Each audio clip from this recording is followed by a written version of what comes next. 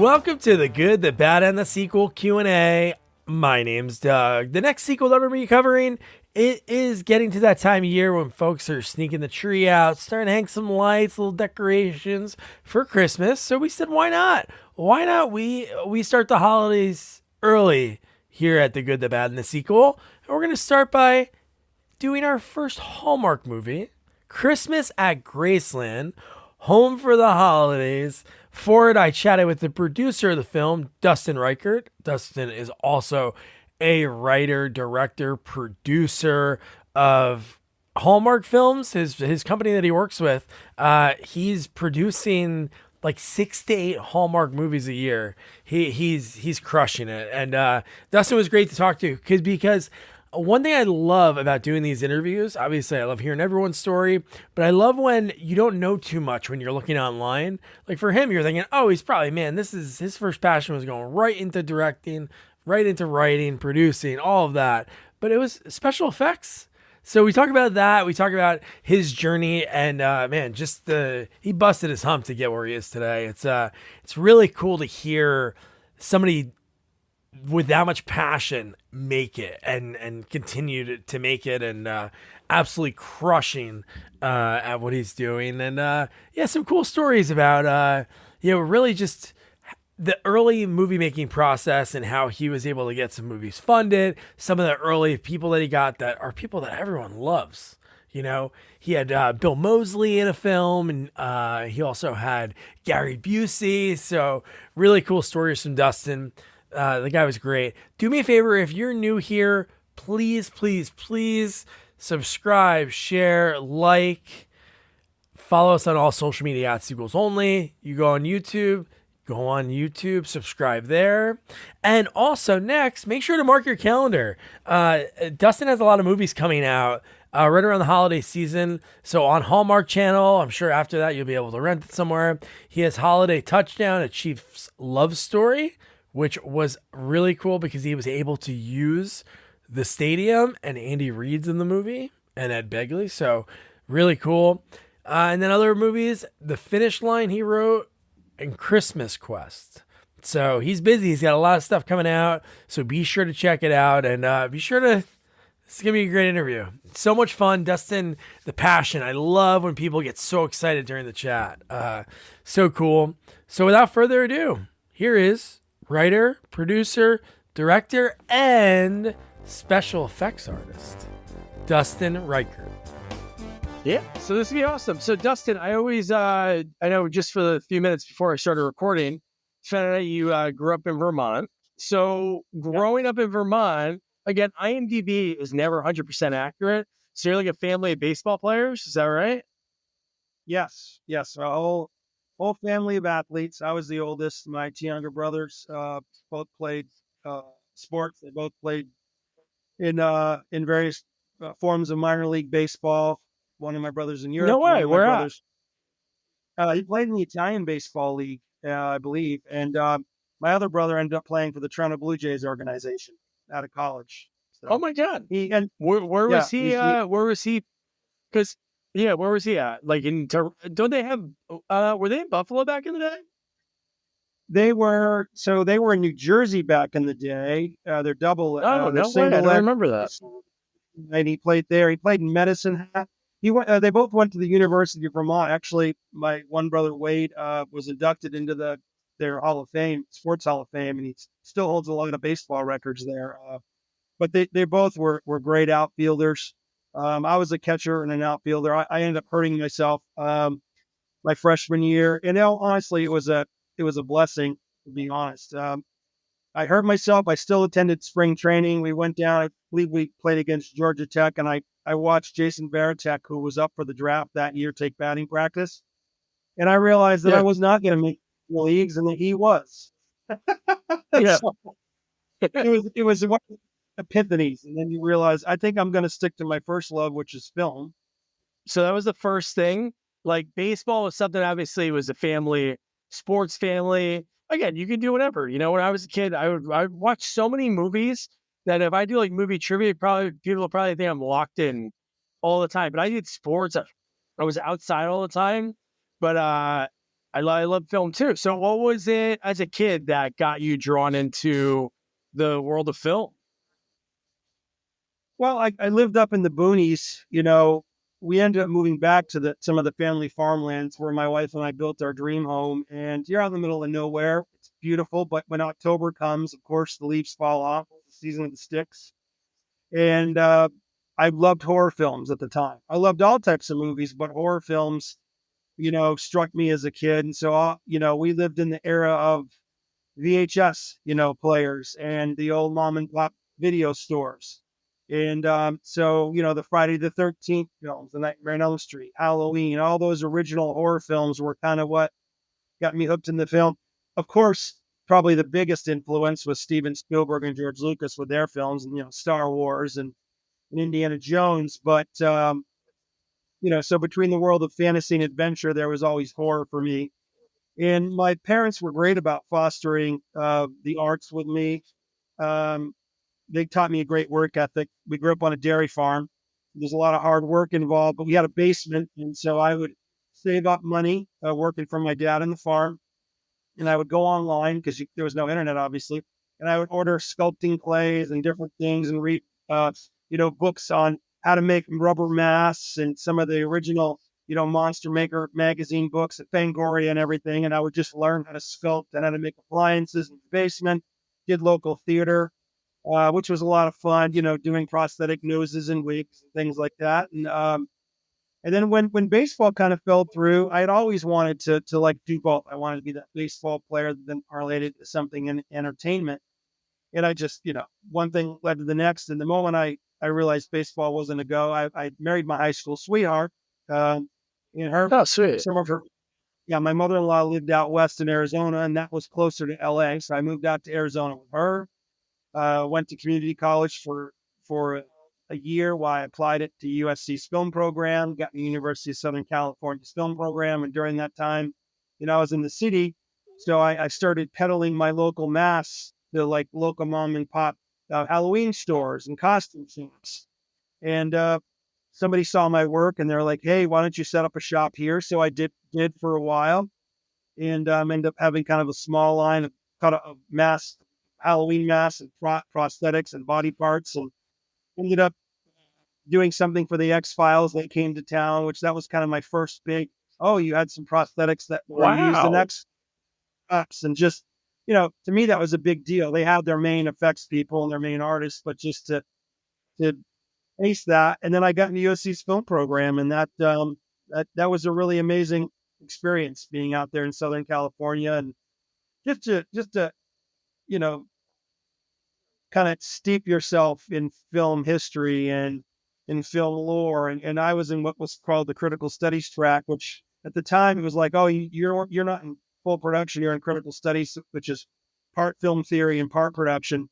Now it's actually become incredibly popular for people who want to produce and direct and write, because, it gives you kind of a more well-roundedness.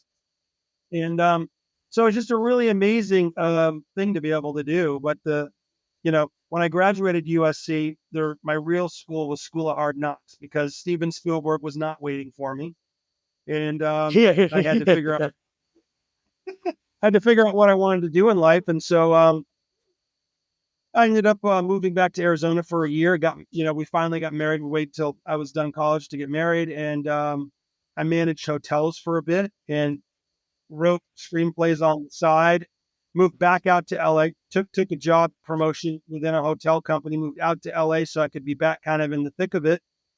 And, did what a lot of people do that don't have a calling card when they're first getting into business. Knocked on doors, tried to take meetings, but it's the film business. It's hard to get a track record if you don't really have anything. I mean, I had creature effects and I ended up getting work, here and there. I actually designed, funny enough, there used to be a show called The Road Rules for MTV. And there was a guy called the Roadmaster, and I designed the original makeup for the Roadmaster, who was actually Rainn Wilson, of all people, back in the day before he did it. Yeah. That's awesome. That's so cool that's why it's great whenever I talk to people, like the IMDb doesn't tell the whole story. And that's really cool that it was the creature effects. And like you said, like the Fangoria magazine, like the famous monsters, like I think everybody, that's one career. And I think maybe I don't know if like cinematographers all follow the same thing or directors all follow the same thing, but it's so cool. Everybody I talk to when it comes to special effects makeup, it's those things. That's like the gateway drug into this business. Cause it's like those Fangoria magazines, even when I was a kid, like early 90s, mid 90s, like me and my buddies would get them. And it was so cool to actually like, that was the only way you saw behind the curtain because there was really rarely, I think Star Wars was the first one ever, and I had that VHS because during COVID, I was like reaching out to people that were getting rid of like VHS tapes. But it was like that Star Wars Leonard Maltin at the end of each of the trilogy. There was like the interview, the behind the scenes. That was the only thing I ever saw of that. So that's pretty cool that that Fangoria and that led to you were hustling that, and so yeah, that's wild. Yeah, nobody would invest in my project. So, like I said, I have an amazing wife. I ended up getting family and friends to invest in my first film. Took out a loan with the bank, did all kinds of things, scraped together money. Did my first film called Essence of Echoes, which was kind of a low budget, kind of a supernatural, Silence of the Lambs kind of thing. Those films in the late 90s and early 2000s were kind of big. You had that movie Fallen with Denzel Washington. If you remember that movie. Oh yeah, super serial killer. So I did one of those, but it didn't do great, but it gave me a calling card, thank goodness. And then once you have something out there, you're able to show what you can do. And every film, the people you meet on the journey of every film, especially in the indie world, because I came up in the early days, there was still Blockbuster Video, Hollywood Video, and a lot of mom and pop video stores. So you could make indie films and go and get them released and distributed at the film markets. And pretty soon, a lot of those distributors that had output deals would call you to make their movies because, I knew how to do creature effects. I knew how to write, knew how to direct, knew how to produce. And so I was kind of a jack of all trades. And that honestly has been, that was probably the second greatest thing that ever helped me. The biggest thing was eventually getting my own. I got my own Avid that at the time it was this giant array called the Avid Adrenaline. I was like one of the first 4 or 5 people in the country to have an HD Avid. And my wife let us take a second mortgage out in our first home at the time. Wow. And because of that's that, love. Got a lot. Yeah, that is love. But it was a good investment. We got a lot of work from it. I ended up becoming a way better director because I learned how I needed to edit things. So when your sun's going down, a lot of these shoots, you have to shoot them in like 3 weeks. When you're filming, 3 to 4 weeks, when the sun's going down, you got all these pages, you learn to shoot just what you need. You learn how to be more stylized. And that was a tremendous to me. So getting our first Avid, but that taught me how to edit so I could edit things myself. So again, kind of the jack of all trades. My whole background is indie filmmaking on a budget. And so, I've been in this business 24 years now, but the first 10, 12 years was you'd get meetings in LA and they, executives would kind of laugh you out of the room because you worked in the 1.5 and under $1 million budget range. And, so it's very, you don't have anything we want. We work in the bigger budgets, but a fantastic thing or a strange thing started happening about 10 years ago, which is, the big studios started going under. That's not fantastic, but I mean, budgets started getting I know what you mean. Yeah. Yeah. Digital platforms started coming out and everybody was now having to make movies that were, $3 million to $10 million on average for a lot of these digital platforms. I mean, there's still the Netflixes and the studios doing the 20, 50, $100 million films, but everybody needed content and everybody needed things on a price point. So the same people that were laughing me out of meetings then are the same people that were calling me back, asking if they could have meetings. And how do you do this? And what are your take on this script? And can you work within this budget range? Because we don't know how. And that, so my career really took off about 10 years ago. So, wow.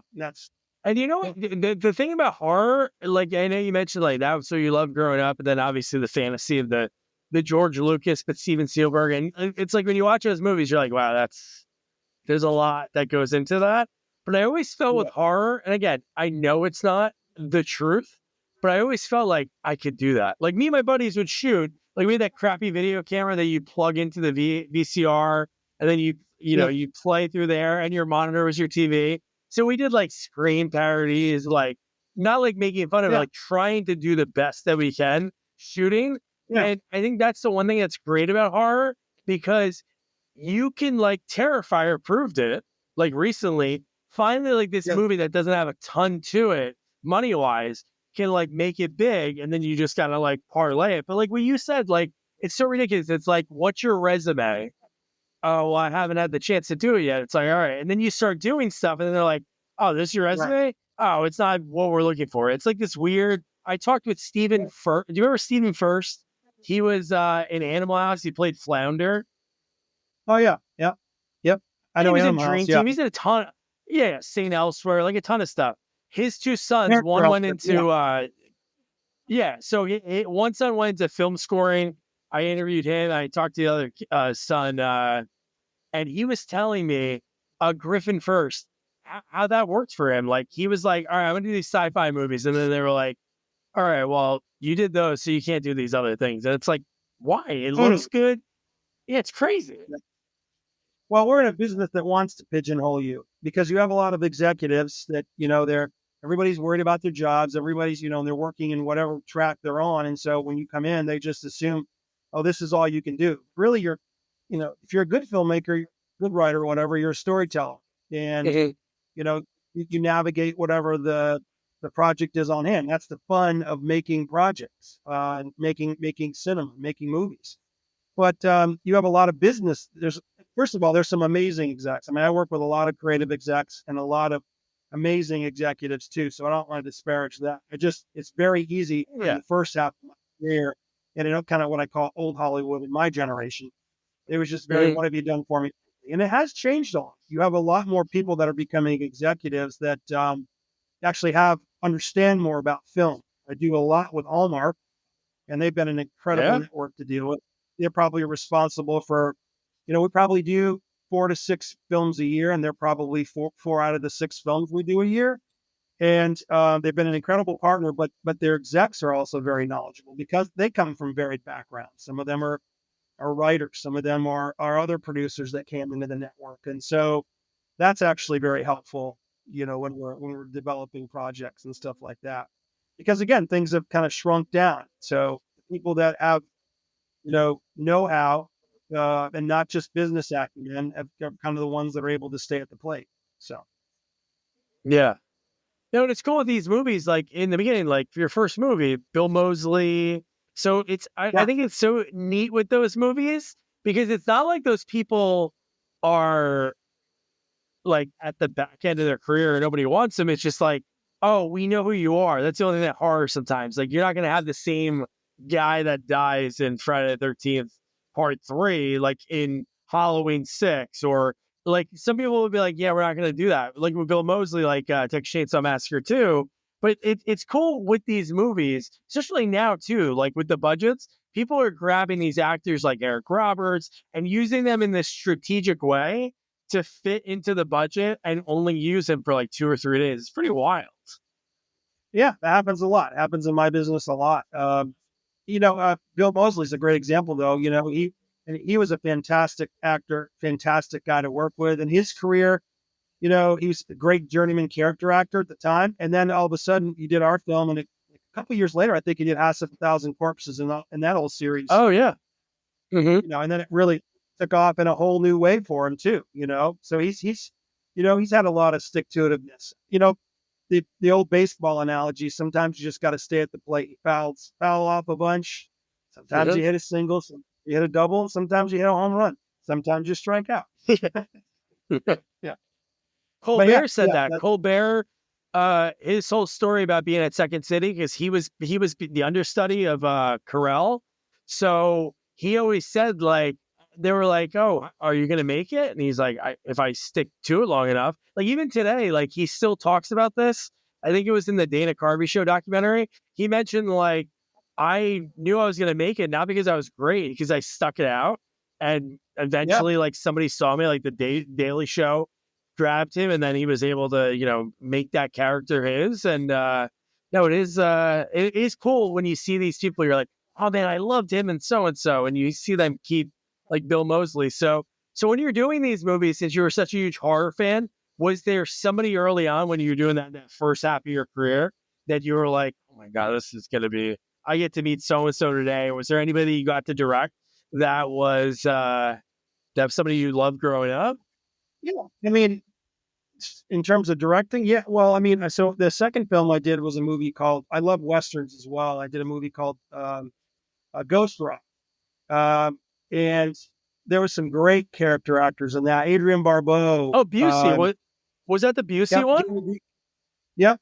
Yeah, that was Gary Wow. Busey. And Yeah. Gary, Westerns, they didn't do a lot of indie Westerns at the time. Westerns were a big budget thing. We scraped together a movie, got a deal with Panavision, shot it on short ends in Arizona at Old Tucson Studios. It's very dated if you watch it now, but at the time we got some great talent involved with it. And so, yeah, getting to work with like Adrian Barbeau, Escape from New York Yeah. and Swamp Thing. And she's, again, as classy as too. Gary Busey wasn't as much a caricature of himself as he is now. He'd just come off of films like Soldier and things like that. And, so that was a lot. Rance Howard, who's a journeyman, Ron Howard's father, who actually got he and his, he's a journeyman character actor. He was in the film. And just Jeff Fahey, speaking of horror, Lawnmower Man and stuff like that. Yeah. It was a fun cast. And again, my second film out of the gate, and you learn a lot, and you learn what to do, what not to do. And sometimes I think back on those moments, but it's also the journey of who you are and who you become as a filmmaker, because you're doing it on shoestrings and there's nobody, not a big supporting, group around you to help you. It's a lot of people who are just trying to get into the business, working together, and some people that believe in you. So yeah, those are a couple of people that was really cool to work with. I've had so many like that over the years. Yeah. I get to James Karen, and I remember the movie Return of the Living Dead. Oh Back in the movie called Return of the Living Dead, and it was a real cult hit. A lot of people thought it was a sequel to one of Joe Ramirez movies, but I don't believe it was. It was its own thing. But James Karen, he was also the kind of the villainous realtor in Poltergeist at the end. You removed it, but you kept the bodies. James Karen ended up being in another Western I did called Ambush at Dark End. And that was with Kix Brooks from Brooks and Dunn, who ended up going into acting after Brooks and Dunn, a legendary music group, Country Music Hall of Fame. So we did this movie, and Kix ended up, joining the cast as the lead. And he did a fantastic job. And James Karen is in the film, and just being able to, James was like early 90s, like 90 at the time. And he just made the most amazing performance. But just to sit and talk with him about his career and what he'd done. And Arnie Hudson was in that. So another legend that was lucky to work with and we'll keep in contact with from time to time. And he's having a great renaissance with the Ghostbuster franchise. And he deserves it 100%. He's kind of always been yeah, right. Isn't it cool what they did for him? They made him they made him like the successful one out of it. Yes. It's pretty cool that they did that in the sequels, in the newer sequels. Now that's awesome. I think it's so cool, especially the old Hollywood, like talking to somebody who's that like 90 years old. They're dating back to, I talked to an actress, Sandra Curry, Sherry Curry's sister. Like her first film was, and she's not, and it's not like she's that old. She's probably in her 70s, but you don't think of it when she talks about her first film. She played like a prostitute, and it was a John Wayne movie. And I'm like it's weird to like put those people, but it's cool to hear those stories about back in the day, or people that work with like Clint Eastwood. I know he's still around doing stuff now, but like in the heyday, it's like really neat to hear like these like old school stories about like, hey, I want to do one take and that's it. When I say it's done, it's done. Like that was like the Eastwood way, because you wanted to get done. Yeah. I think it still is. I've had lots of friends who work with them on different films as actors. You work with different actors and they work with them on movies, and they said 1-2 takes. And half the time you don't even know. They think it's a rehearsal and he's filming. And Yeah. you know, Eastwood's one of my favorite directors in a lot of ways. I model a lot of how I love to shoot rehearsals, especially in the world of digital, where, I mean, I've shot the first half of my career, we shot a lot on film, a lot on 35 and Super 16, but, I probably haven't shot on film for 12 years, 10, 12 years. Oh, sure. And Yeah. well, Too expensive. I got to say, yeah, but the latitude, especially with the Arri cameras, the way they built them and the latitude they now give you is honestly, I mean, a lot of people will hate me for saying this, but it's really now to the point where it mimics film and has the same latitude as film. We did 2 movies this year overseas in Finland and Iceland, and they were both adventure films. Then they were both for Hallmark's Christmas slate. One was called The Christmas Quest. The other one's called The Finish Line. They'll be out Thanksgiving weekend. And we shot with a Nice. brand new Arri 35s. And the Arri 35s, the latitude on those, we had lost all of our light, and we were still able to have enough stop to see the sky and everything in this snowy tundra we were filming in. I was just blown away by the latitude you have now with a lot of these digital and the inherent grain you can actually put back into the image. So, you can do so much with these digital cameras now. It's really exciting, and it really adds a lot to the art of filmmaking. I feel like in a lot of ways we finally come full circle. You're able to go back to a lot of that look you got when you're able to film 35 or could afford to film 35 and stuff. So Yeah. Yeah. That's cool. I just saw Friday the 13th parts 5, 6, and 7 at a drive-in at PA. I'm in Jersey, and I've never been to a drive-in, and it was like, just thinking of being a kid, riding my bike to the video store and stuff. It was like, I almost got emotional. Like, I told my wife, I'm like, there's few moments that I've gotten emotional for things like that. Like, I stopped at Notre Dame Stadium, not even to a game. Just like, I grew up loving Notre Dame because they were always on TV probably when I was a kid. But we stopped there when we drove to Oregon, and it was like kind of something like first time at Yankee Stadium, taking my daughter to the stadium and like going to see the Knicks. But like seeing a movie just like pop up, it was cool because the first movie, part 5, it was still sort of light out. But when like Jason Lives started, pitch dark, the lightning bolt hitting him in the it was just like this amazing experience seeing the graininess in the film. It was awesome. Well, that was so Jason Lives was the first Friday the 13th I was able to see at the theater. All the other ones I ended up having to watch.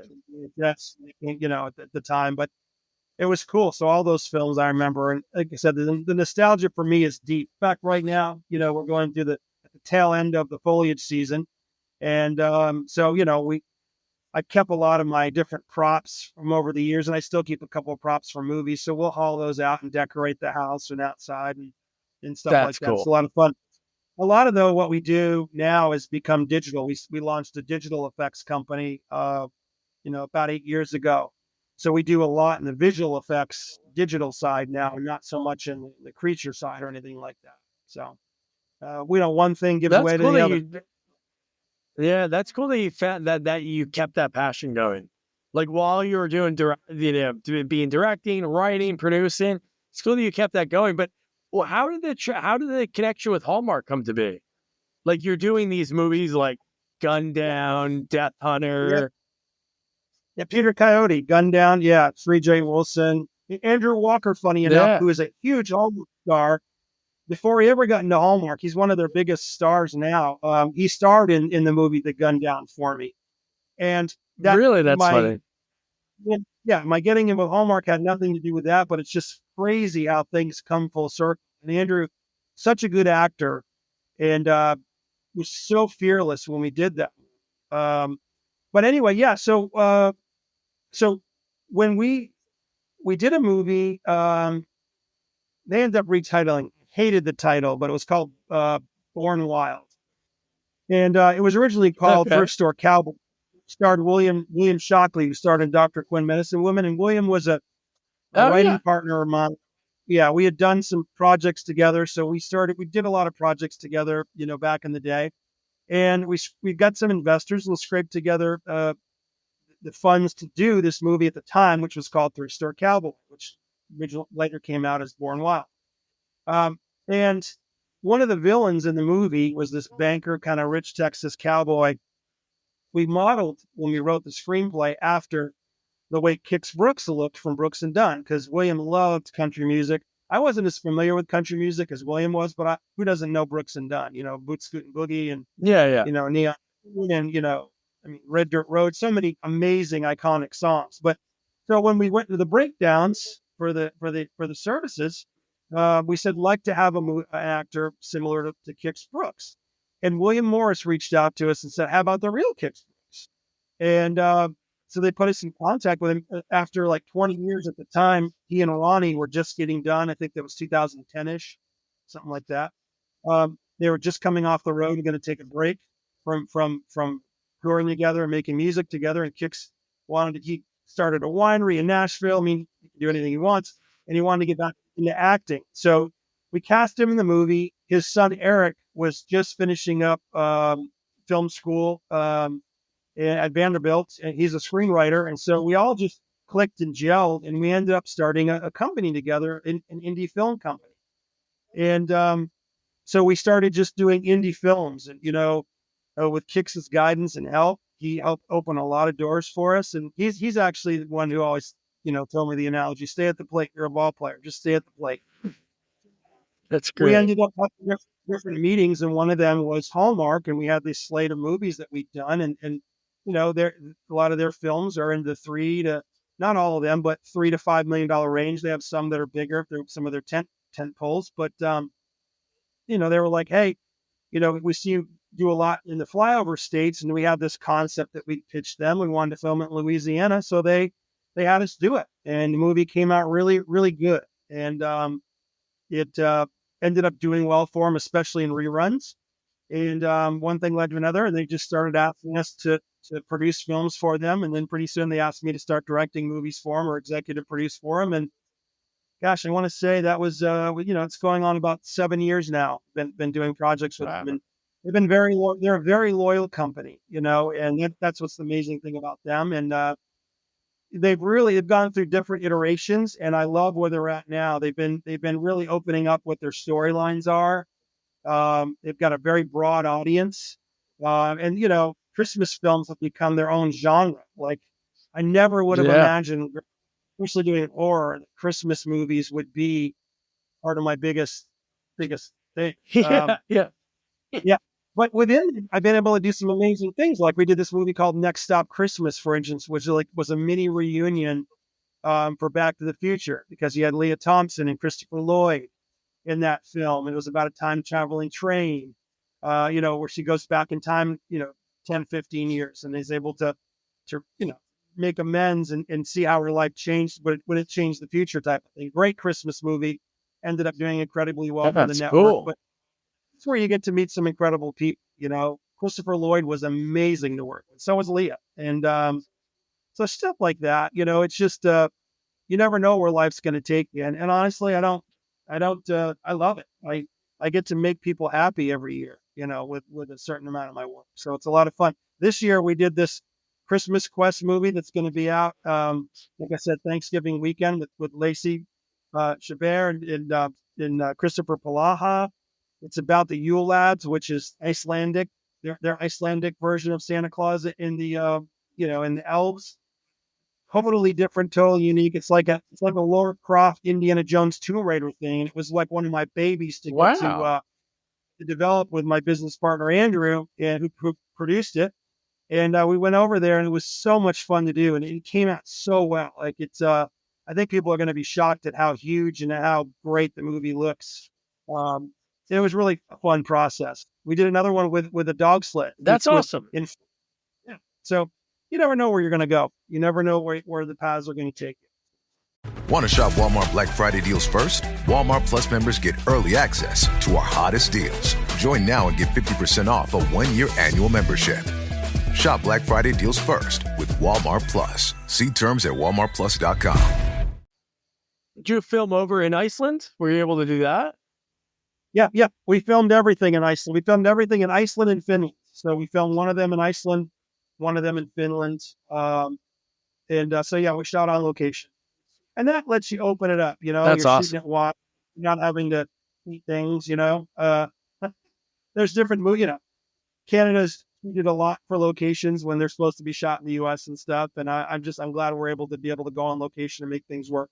My business partner, producing partner, Andrew, he's a genius actually at figuring out tax credits, figuring out locations, especially overseas. He he's really great at trying to put everything on the screen, and he's a great filmmaker himself, and he always wants to do everything to to up the production value and try to service not only the film but whoever's directing, whoever's producing. So he's been a great asset. So. That's awesome. No, Hallmark, from everybody I ever talked to, Sam Irvin, he did a lot of directing for like Full Moon in the 90s, like kind of again, not Hallmarky type of movies. And then Right. he directed the Elvira sequel and like all these really funky movies. And then it's like he finds it and he loves it. Like again, I think it's like what you said, you can make people happy. It's a lot of fun. It's lighthearted for the most part, and he loves it. Like he got to shoot in like Arizona. He was in Arizona for a little bit, the Vancouver. So that's really cool that you guys were able to build that relationship because they have so many channels. Oh yeah, they just launched their streaming app. I mean, there's another friend of mine. He's a guy named Ron Oliver. He did the movie Hello, Mary Lou, Prom Night 2. For instance. Oh, and, really? That's your buddy? That's amazing. Yeah, got his start in that. Great guy. He directs a lot of projects for them and other networks. But it's just that's the great thing though. When you get people that don't just pigeonhole you, it's great because you have a lot to offer. I mean, we're storytellers, and will say about Hallmark, while they might be under the banner of a Christmas movie, if you look at the repertoire of work we've done, such vastly different ones. You know what I mean?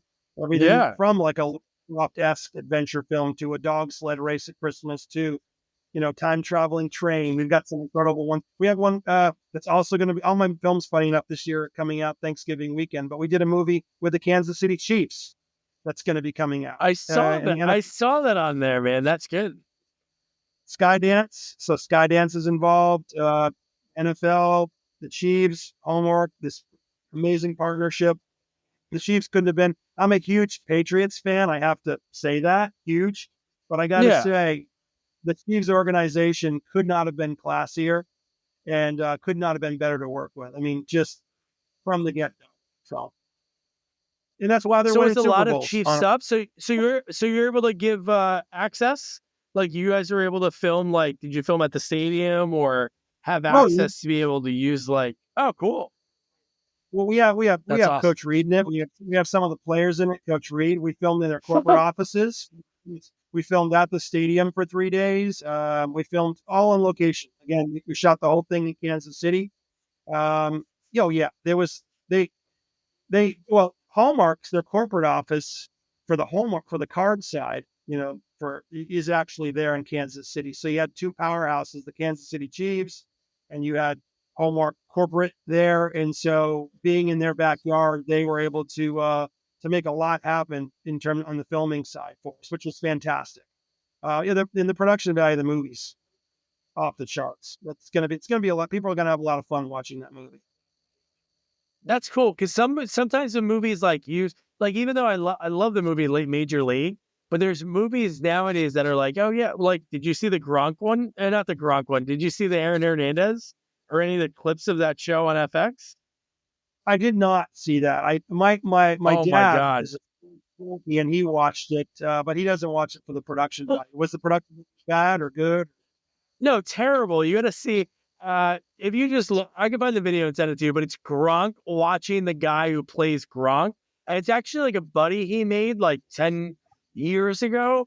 But it's really funny the way he plays him. The way they play Belichick is silly because they have Belichick listening to John Bon Jovi, and like it's really crazy. Like I think with those movies, I think they know the joke maybe FX when it comes to those because they did that Clippers one that was horrendous. Yeah. Like I feel like when you're trying to do something with a team and you get actors that's supposed to look like even the guy who plays Aaron Hernandez looks nothing like him.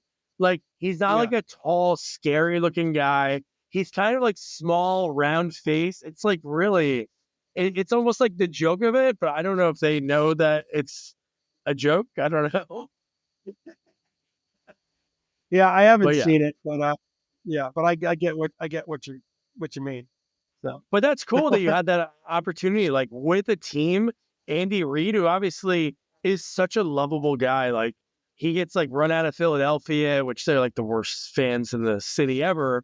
But yeah, but he is in commercials like in the last 3 or 4 years with yeah. Mahomes, and it's so cool that I can't wait to see that because that's He's cool a that he's lovely in a Hallmark movie. Yeah. Yeah, he's a lovely guy. Great to deal with. Obviously had limited time because of his schedule. They were right in the middle. They had just launched when we were filming. They had just launched their preseason, training. Oh But wow. it was really fun, and you get to. Not everybody gets to see a lot of the things that we're fortunate enough to see behind the curtain, of any of these places. Speaking of behind the curtain, we did a movie. We did several films and sequels to it at Graceland for Hallmark. Christmas at Graceland and Oh, Wedding that's at cool. I Graceland. saw that. Yeah. We worked in conjunction with the Elvis estate, and they were fantastic. I mean, just a classy group of people, but we're able to get access to things and see things that a lot of the regular public never does, and it was pretty incredible. So some kind of I can't mention everything, but some definitely pinch yourself moments where you're Yeah. like, wow. Wow. Yeah. So some pretty cool stuff. They were very gracious, and we ended up working with Priscilla on two of the projects, and it was really a lot of fun. They took good care of us. So Isn't that cool? Like you go into this and not only obviously you're doing what you love, you can shoot films and write and I think the access thing's really cool too. I talked to an actor like a month ago. He was doing a movie where he was in what movie was it? It was a movie that James Woods played like somebody in the Department of Defense or something. So he was gonna play his assistant. So he called the White House in like the mid-90s and said, "Hey, I got this role. I'm gonna be playing an assistant." And the guy was like so flattered. He was like, "Oh, come down to DC." And he like gave them like a yeah. full tour. They were able to bowl in the friggin' White House. Like it's like how? Like just because but that's cool. So the Biltmore, was there something you did at the Biltmore for that Oh yeah, movie? yeah. So last year, it's funny again, kind of seeing where Christmas films have come. In fact, the New York Times wrote a fantastic article. So last year, um, so two of the films I executive produced and directed. Well, I directed one of them, executive produced the other one. They end up being the top 1 and 2 movies of all of cable television. Believe it. The only thing that beat us was the NFL football. Oh, sure. And Yeah. Yeah. Hallmark films have become such a juggernaut that New York Times wrote a great article, and they're like, why don't we just start calling Hallmark films and Christmas movies real movies? Because they are. Stop, because people, I mean, it's like People's Choice Awards versus Oscars, or whatever. People like what they like. And these films have, now they put into these projects with production value, equates to the same quality as you see on Netflix or a lot of other things now. So, I mean, not everyone, it's like Netflix. You can turn on Netflix and see some really incredibly well-produced films, some average ones, and some not so good. You see that on any, you know what I mean? Well, like Biltmore, that was one of their tentpole projects for the year. And and I have to say, it's terrible what's happened with the floods in Asheville. So Asheville, North Carolina, I know, man.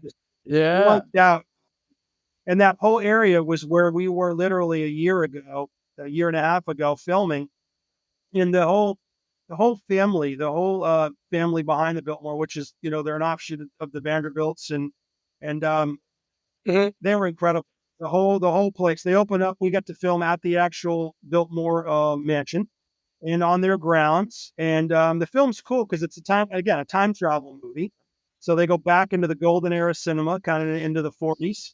And that's where most of the movie takes place. And so we got to kind of recreate and film in 2 eras and depict that whole estate in 2 different eras, which was really fun.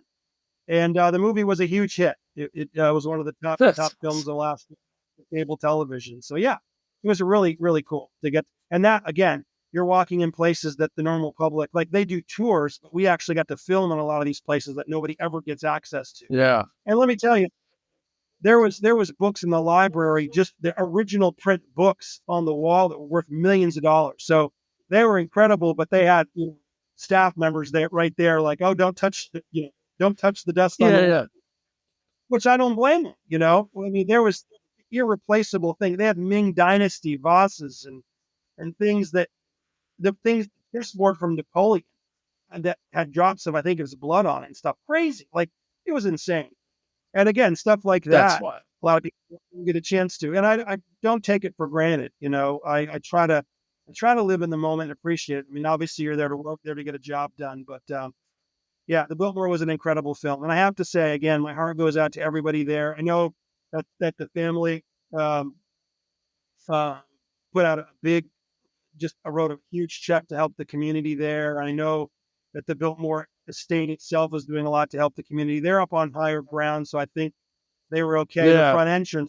The front entrance was decimated and the whole town of Asheville around it. So I just want to, thoughts and prayers are with them, obviously. Yeah.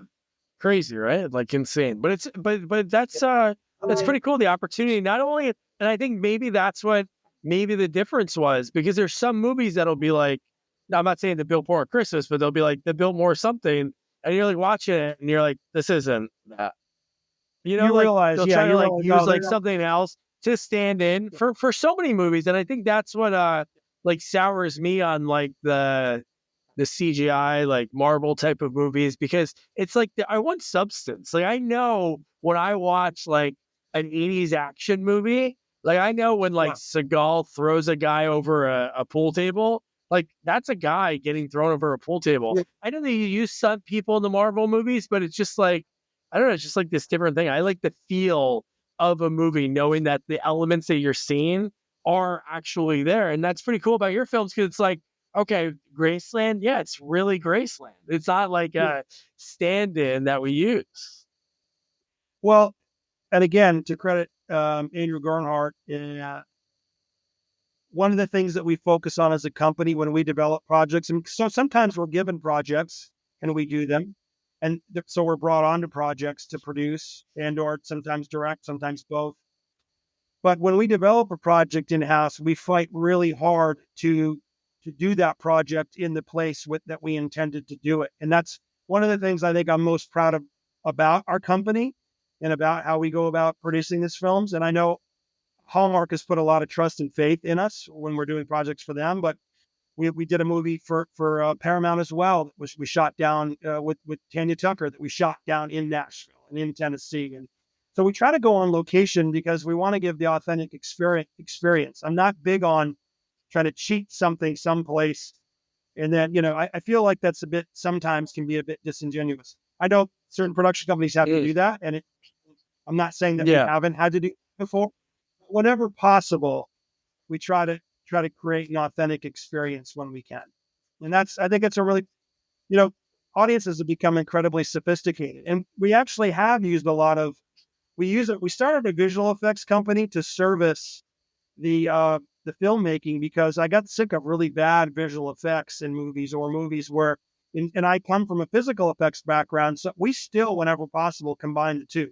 So if you see a crash in one of our films, even the Biltmore, when, a lot of those sets in Biltmore, when they go off property or even on property, there's a lot of modern day things there. We removed and built period things, or we composited miniatures. There's a train station in Asheville, in another town over.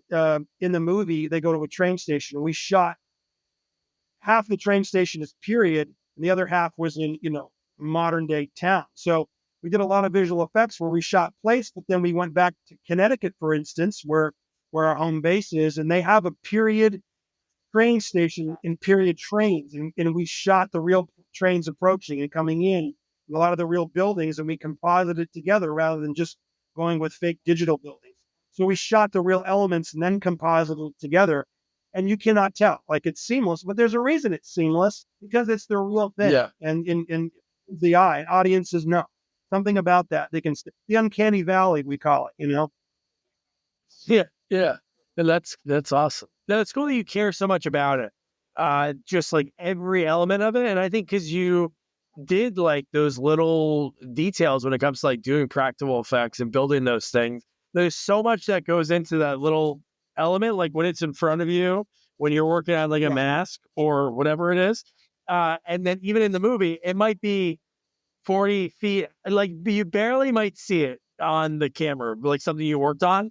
But it's cool when you care so much about it. Like when I talk to special effects guys, they're like, all right, director, you want me to do this? And it's like, all right, great. And you build this whole thing. And then it's like, you watch the movie and it's like, what? It's not even in the movie. I spent 10 hours to build this thing. But I think that's what's so cool about that craft, like that part of the industry. There's just so much like love that goes into it because it is like it's an art piece. Like a final film, like when you're directing, that's an art piece too, of course. But it's like these little tiny elements are like your piece contributing to the film. So that's cool that you did a visual effects company because I agree. Like there's so many bad special effects, and I think it's like not that people purposely. Maybe some people try to do it themselves and it comes out bad. But some people just get burned, like that 90s run of CGI. Like people were like, oh, let me try this company because it was so new. And then it was like, oh, it came out terrible. Like even really good movies, you look back now and you're like, oh my God, that looks horrible. Well, also some of it was the golden age. Yeah. Some of it though was also they're trying new things and nothing had been perfected. Totally. Yet, you know? Yeah. That has a lot to do with it too. Like if you, especially like the Anaconda films, you watch some of the, I mean, it's just at the time it was cut, but now it's dated. I mean, I'm not one to talk. I've got the horrible visual effects in some films specifically because we weren't doing it ourselves. I didn't know how to do it. And you had to go to people. And sometimes some of the shots turned out great and some of the shots weren't. And they're both in the same movie. So you go from one amazing shot to something that's awful. And, you know, you don't have a lot of money and you're just trying to make your movie on what you can afford, you know, and that happens. So, yeah, like Sci-Fi Channel, like would outsource. Yeah, like Sci-Fi Channel would like outsource their special effects. So if you shot it and you told your actor, okay, the snake's going to be coming. I talked to somebody that worked on Anaconda 3 and 4. She was a star, but she was like, they would tell us to look over here. And then when they actually did the movie and they did the special effects, it wasn't like a communication of like, hey, this is where we want them. Like where their eyes are is where we want the snake. So you watch the movie, it's like they put the snake on the other side. And it's like not, it seems like they ran out of time and which stinks because it's like, all right, because people, like you said, the audience is smart and like you focus on that. Sometimes it takes you out of watching a movie. I think that's like I'm sure it's hard for you to watch a movie because you watch a scene and you're like, oh, well, what's this? And something you're fixated on because it's like that small detail that you felt like, you know, I would catch that. Yeah. Yeah. No, I do have that curse. You know, it's nice to be able to watch a movie so completely immerse yourself in it. When you're done, you're like, wow, I didn't have any notes on. That was such a, and then, and then I'd run nuts because we will watch a movie and I'm like, oh, that's, you know, that's a layup there. They had a problem probably in the middle of the script. So they did a quick tweak and you know, they don't pay it off or, oh, that's too easy. I just watched a movie and again, filmmaking is hard. And I'm an artist too. And I've had lots of people part in movies. So it's easy for me to say, but they have always try to be respectful of the filmmakers because it is hard. That being said, there was a movie that just came out. James McAvoy just had a film that came out. Where he I plays heard the name of it, but I know what you're talking about. And we watched it, and the first bit of it was really good. And then all of a sudden, there's some like contrived things. They're like, it's almost like the old Friday the 13th where, you know, Jason's walking and they're running and you're like, oh, come on, what, you know, but they knew they knew that. And the reason is they kept going back to this estate when they could have escaped 3 times. You're like, what are you doing? You're like, you got enough money and you should have time, you know, to not come up with these stupid contrived things, you know, it's like, they should know better. So when you have enough money, you should know. I give a lot more credit and a lot more leniency to indie filmmakers because sometimes they don't have the time and the money. So, but when you should know better, you've got a huge budget, you know? No, I know. Like, no spoiler, but did you see Beetlejuice yet? Yeah, I did. I mean, so because I don't want to, like, if people have seen it, we just rented it because we love the original and we're like, man, we gotta watch this one. It's really good. It nails that requel, like what the new formula is. It's like you take somebody. That's what I want them to do for Friday the 13th when they finally do a 13th one. Maybe you could do it. I because I talked to a lot of the final girls and yeah. But I like whenever I talk to them, I'm like, wouldn't it be great, like Melanie Killiman for part 5. I was like, wouldn't it be great? Get all you guys together. I don't know how you'd write it, but somehow there's like some support group or there's a reason for the people to go back to Crystal Lake. And it's like, that's how you do that requel. And they have the other characters, like newer actors, and they did that for like the Scream. But in Beetlejuice, there was so many stories and like parts of the script that just like there was no payoff, but the nostalgia factor was so good that I was not thinking about it. Like there was the one, like I didn't think about it at the end, but then I'm like, no, I was gonna say it definitely had its flaws. This was actually a very enjoyable sequel as far as was going, in my opinion. I think, and because it had so much nostalgia, and because they kept it old school in a lot of ways, I think people forgive a lot of its flaws. But it was a fun film. But I'm actually excited. I hope it comes to fruition because I know they've had a lot of starts and stops. But I'm actually excited about the Crystal Lake series that's in development. I hope that really happens. Yeah, I know. Too much. Yeah. It was supposed to be like a Peacock, and then it started, and they were like giving production dates and stuff. But no, that'd be cool to see that time frame in between. But I don't know. I don't know what they would. I guess they would have to show us that Jason was a grown man, right? Well, is that what it's about? Like, so there was. You probably know about the lawsuit. So there was. I think it's Victor Miller. Is that between Victor Miller and there was a rights dispute. The rights came due, and Victor Miller took. There was a rights dispute. The rights came due, and as I understand it, took. They went to court to decide who had the final rights. Now that 20 or 30 years have gone by. And they ended up, as I understand it, where Victor Miller has certain rights, Sean Cunningham has certain rights, and then they share certain rights. Something along those lines. So, but as I understand it, there's a lot more films, like films. That's why you haven't seen a new Friday the 13th film.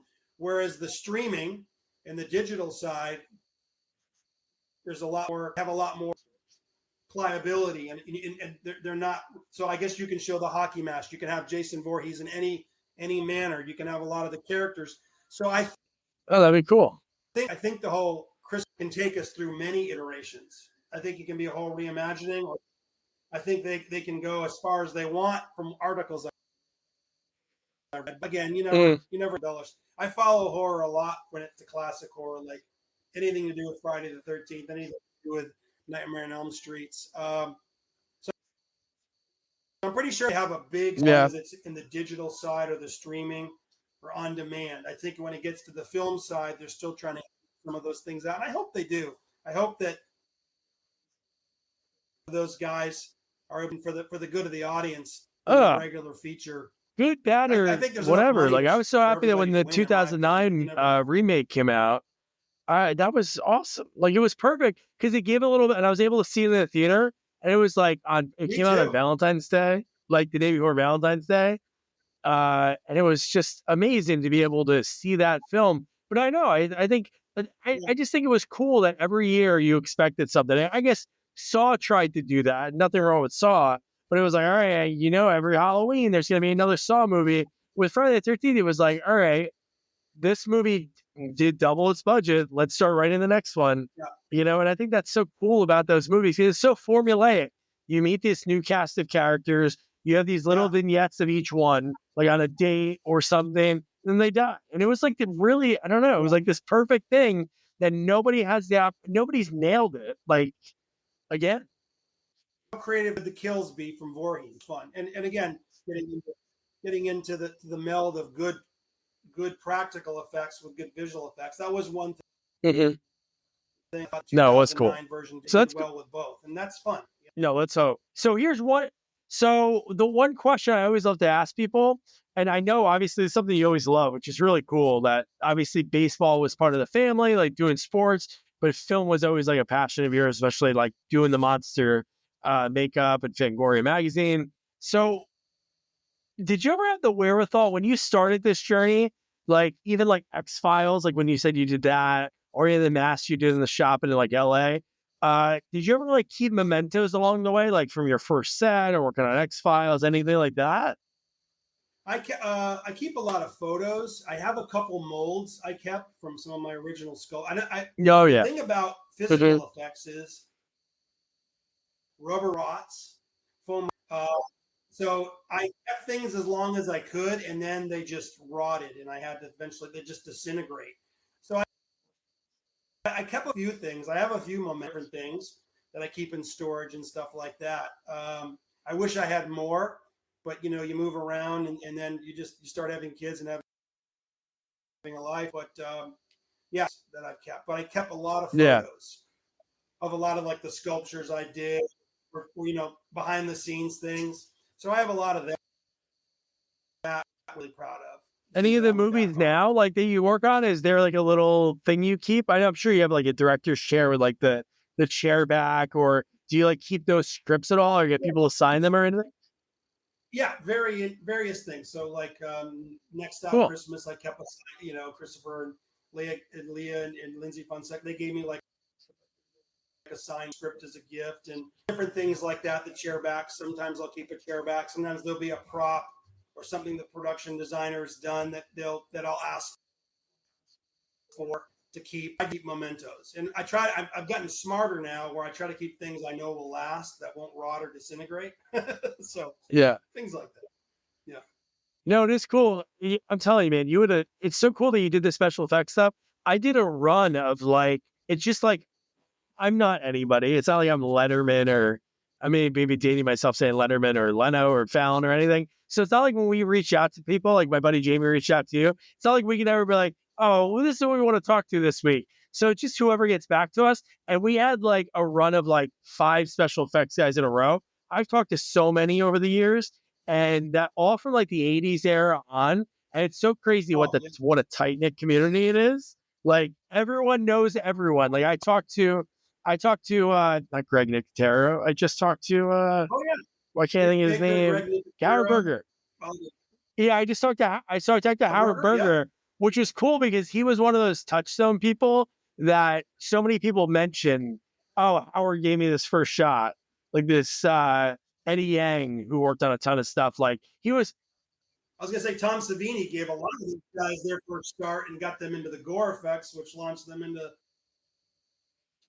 I mean, Greg Nicotero, I believe, Day of the Dead or Dawn of the, that's his head on the, on the thing with the mouth opening and closing, and it just, super talented artist. Sorry, I didn't. No, you're good. No, I know. But what I'm saying is, it's so cool that in that community, it's like, like people will be like, oh yeah, I called Tom Savini in the phone book. I reached out to Dick Smith, and like it's like, and these people answered, like gave all this free advice. But the one guy I talked to, Rob. I'm going to forget his last name.